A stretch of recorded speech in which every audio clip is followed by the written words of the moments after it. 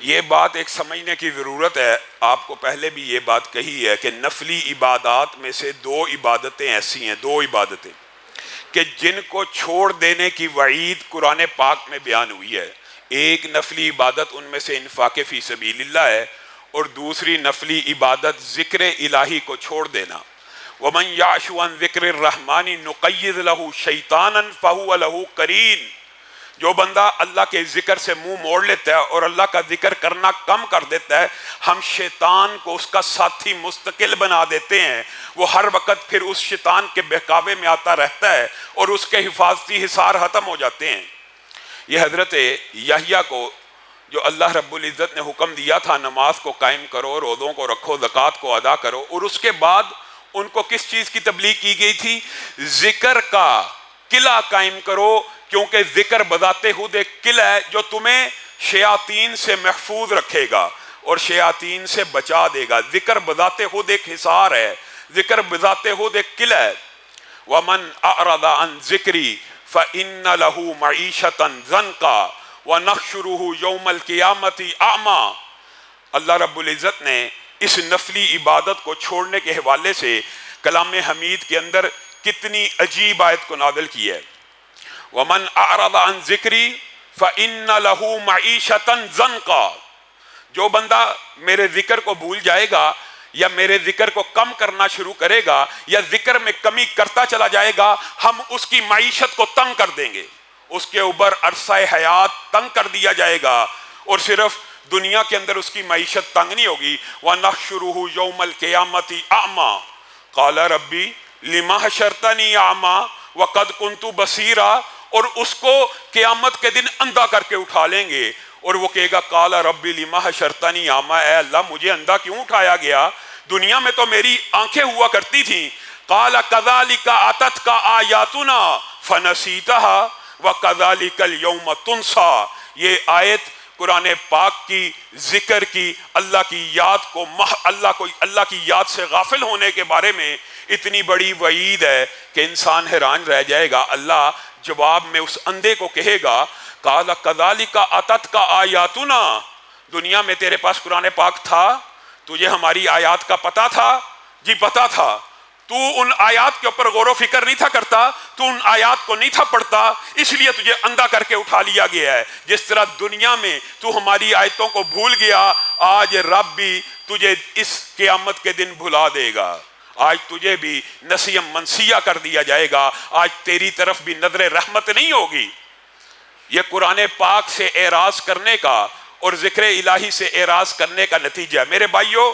لیکن ایک بات فضیلت کے حوالے سے جو بات کل ہم نے شروع کی کہ صرف ایک حرف کو پڑھنے سے 10 نیکی ہیں، اور حرف الف لام میم ایک نہیں ہے، 3 حرف ہیں. اسی سے بات کو آگے بڑھاتے ہیں. نبی کریم صلی اللہ علیہ وسلم نے ارشاد فرمایا یہ نفلی عبادت ہے. ذکر کرنا نفلی عبادت ہے، اور نفلی عبادات میں ذکر میں سے بہترین ذکر قرآن پاک ہے، کلام اللہ ہے. اور حدیث کے الفاظ یہ ہیں کہ جو بندہ ایک رات میں 10 آیتوں کی تلاوت کرتا ہے، 10 آیات، اللہ کا شکر ہے، اللہ کا احسان ہے کہ ہر بندہ مومن، ہر بندہ مسلم. آج کل چلو اتنی بات تو ہوگی، ہمارے گھروں کے اندر رات کو سونے سے پہلے چاروں کل پڑھے جاتے ہیں، آیت الکرسی پڑھی جاتی ہے. جو بندہ 10 آیتوں کی تلاوت نہ کرے، یہاں سے یہ بات محدثین نے استدلال بھی لیا کہ قرآن پاک کی تلاوت فرض ہے ہر بندہ مومن کے اوپر. یہ الگ بات ہے، وہ فرض اللہ تعالیٰ تخفیف کرتے ہوئے، آسانی کرتے ہوئے نمازوں کے اندر جو قرآن پڑھا جاتا ہے اس کی وجہ سے تخفیف کر دی جاتی ہے. ورنہ اس حدیث کے الفاظ کیا ہیں کہ جو بندہ رات کو 10 آیتوں کی تلاوت کیے بغیر سو جائے، معاذ اللہ ثم معاذ اللہ، اس کو غافلوں میں لکھ دیا جاتا ہے. اور آپ اور میں، رمضان آدھا گزر چکا ہے، آج تک ہم نے کیا یہ ارادہ کیا ہے کہ اللہ ہمیں غافلوں میں نہ لکھے؟ 10 آیتیں جو بندہ نہیں پڑھتا اس کو غافلوں میں لکھ دیا جاتا ہے، اور جو پڑھ لیتا ہے اس کا نام غافلوں کی لسٹ سے خارج کر دیا جاتا ہے. کتنی بڑی خوشخبری ہے. اور 10 آیتیں چاروں کل پڑھو، 20 کے قریب آیتیں بن جاتی ہیں. آج ہم اتنے ہی اللہ رب العزت کے ذکر سے اعراض کرنے والے بن گئے ہیں.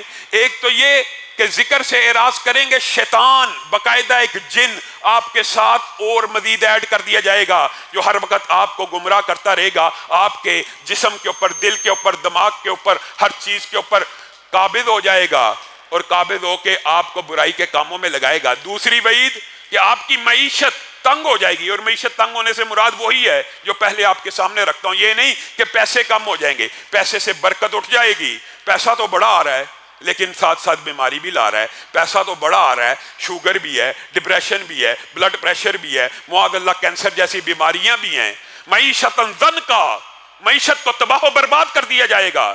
اور تیسری بات، ذکر نہ کرنے کی وجہ سے بندے کا نام غافلوں کی فہرست میں لکھ دیا جاتا ہے، لیکن خوشخبریاں بھی ہیں۔ وہ کیا ہیں؟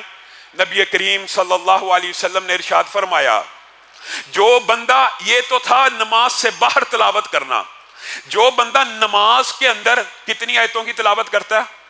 3 آیتوں کی۔ کتنی عظیم حدیث ہے صحیح مسلم کی، صرف نماز کے اندر 3 آیتوں کی تلاوت کرتا ہے، یعنی سب سے چھوٹی سورت بھی پڑھ لی، اس کو اس کا اجر و ثواب کتنا ملتا ہے؟ صحیح حدیث کے الفاظ ہیں، 3 حاملہ اونٹنیوں جتنا اجر و ثواب اس کے نامہ اعمال میں لکھ دیا جاتا ہے۔ صرف ایک رکعت میں 3 آیتوں کی تلاوت کی ہے، 3 آیتوں کے ساتھ قیام کیا، 3 حاملہ اونٹنیوں۔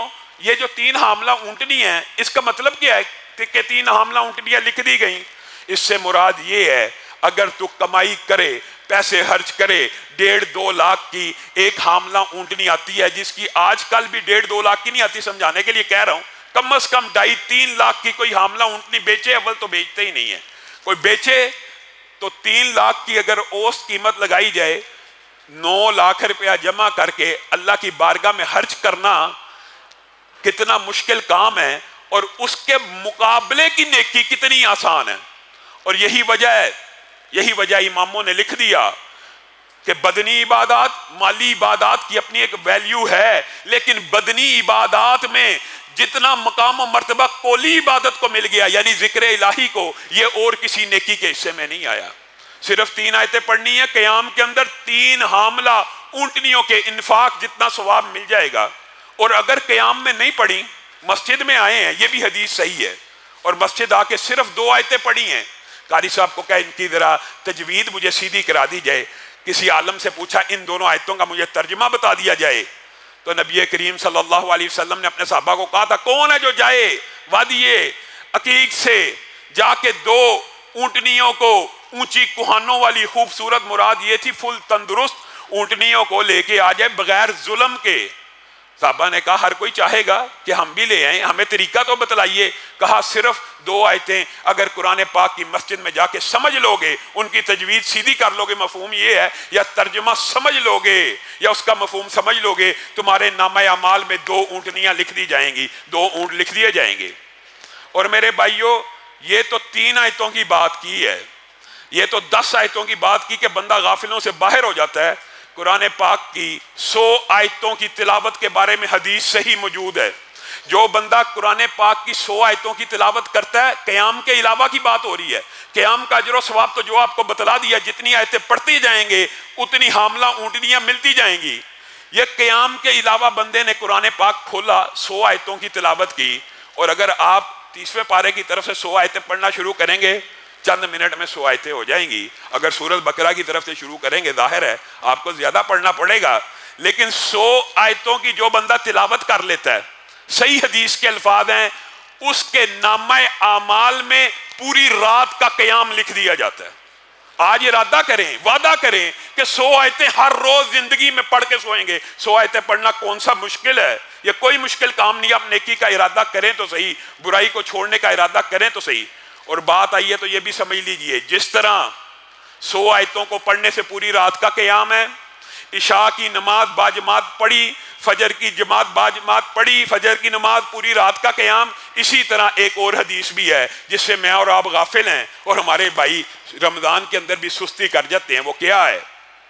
اور ہمارے بھائی ہیں یاسر بھائی، انہوں نے کل اس طرف توجہ اسپیشل مبذول کروائی میری، اور کہا آپ نے درس میں یہ بات بھی بتلانی، اور یہ حدیث بھی صحیح ہے، جو بندہ 8 تراویاں 8 رکعت نماز، یعنی امام جو تراوی کی نماز پڑھا رہا ہے اس کے ساتھ تراویح پوری پڑھتا ہے اور سلام پھیرتا ہے، اس کے لیے بھی پوری رات کا قیام ہے۔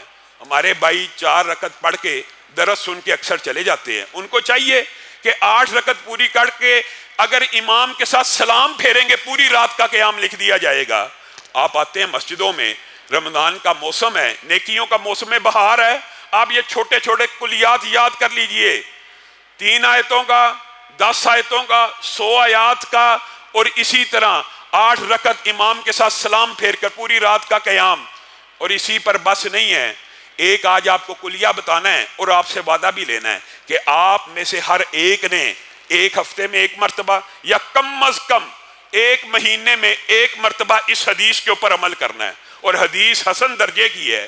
وہ حدیث کیا ہے کہ جو بندہ 1000 آیتوں کا قیام کرتا ہے، 1000 آیتوں کا قیام کرتا ہے، پہلی بات 1000 حاملہ اونٹنیاں اس کے نامہ اعمال میں لکھ دی جاتی ہیں، اور دوسری بات اس کے مقدر میں، اس کے نصیب میں، کہ اب تمہارا اور میرا ایمان رسول اللہ کی حدیث پہ ایسا ہے یا نہیں ہے، اس کے نصیب میں، اس کے مقدر میں ایک ایسا خزانہ لکھ دیا جاتا ہے کہ زمین و آسمان کے تمام خزانے جمع کر لیے جائیں، اس کی قیمت کو ادا نہیں کیا جا سکتا۔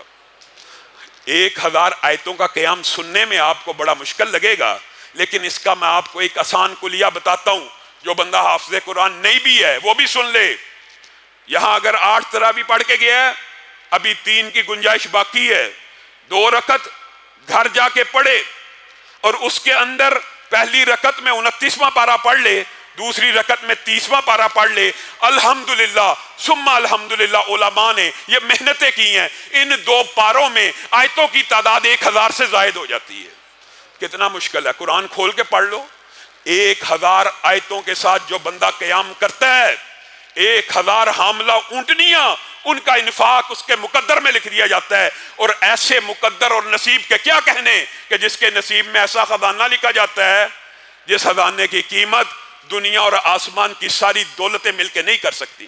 آج آپ وعدہ کریں اور ارادہ کریں کہ ہم میں سے ہر ایک نے پوری زندگی کے اندر کم از کم 1 ہفتے میں یہ روٹین اپنانی ہے، اور رمضان کے اندر تو باقی جتنے بھی دن ہیں اگر ہم کوشش اور سٹرگل کریں، ہمت اور محنت کریں، یقین مانیے آپ 29واں 30واں پارہ قیام کے اندر پڑھنا شروع کریں گے تو میں بہت زیادہ نہیں، لیکن آپ کو یہ حوصلہ افزائی کے لیے کہہ رہا ہوں، 40 منٹ کے اندر اندر اللہ رب العزت آپ کو ایسا شرح صدر کرے گا کہ آپ 40 منٹ کے اندر اندر ایک وقت آئے گا، میں 30 کی بات نہیں کرتا کہ پھر آپ کہیں گے بہت تیز، حفاظ کی رفتار بہت تیز ہوتی ہے، جو حافظ ہوتے ہیں ظاہر ہے، لیکن آپ جیسے لوگ بھی 40 منٹ کے اندر یہ 2 سپارے آسانی سے پڑھ سکتے ہیں، اور 1000 آیتوں کا قیام مقدر میں لکھا جا سکتا ہے۔ اور نبی کریم صلی اللہ علیہ وسلم کے صحابہ نے اس قرآن کی شان و عظمت کو رسول اللہ کے دور میں بھی بیان کیا، اور رسول اللہ سے پوچھتے بھی رہے۔ ایک صحابی سورہ کہف کی تلاوت کر رہے تھے، ان کا گھوڑا بدکنا شروع ہو گیا، مشہور واقعہ ہے۔ رسول اللہ کے پاس حاضر ہوئے، کہا یہ آسمان سے سکینت کا نزول ہوا، وہ جو حدیث ہے کہ کوئی قوم مسجد میں نہیں بیٹھتی، اللہ کا شکر ہے سب قرآن سننے آئے ہیں، سب ذکر سننے آئے ہیں، جب مسجدوں میں آ جاتے ہیں آسمان سے فرشتے بھی اس مجلس میں شامل ہوتے ہیں، اطمینان اور سکینت کا نزول بھی ہوتا ہے۔ تو نبی کریم نے کہا یہ سکینت کا نزول ہے۔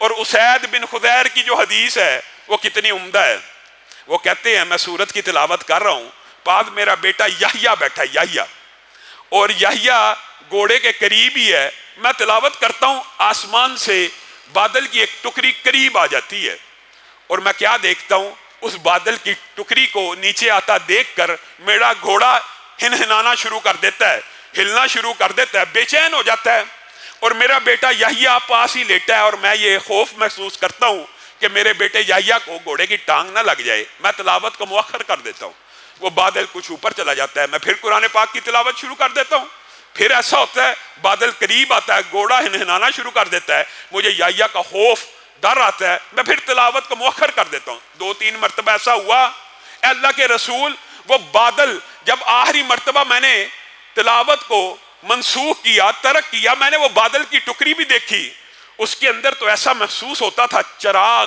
ٹمٹما رہے ہیں، روشنی کی عجیب و غریب کیفیت تھی۔ تو رسول اللہ صلی اللہ علیہ وسلم نے فرمایا اے اسید، اللہ کی قسم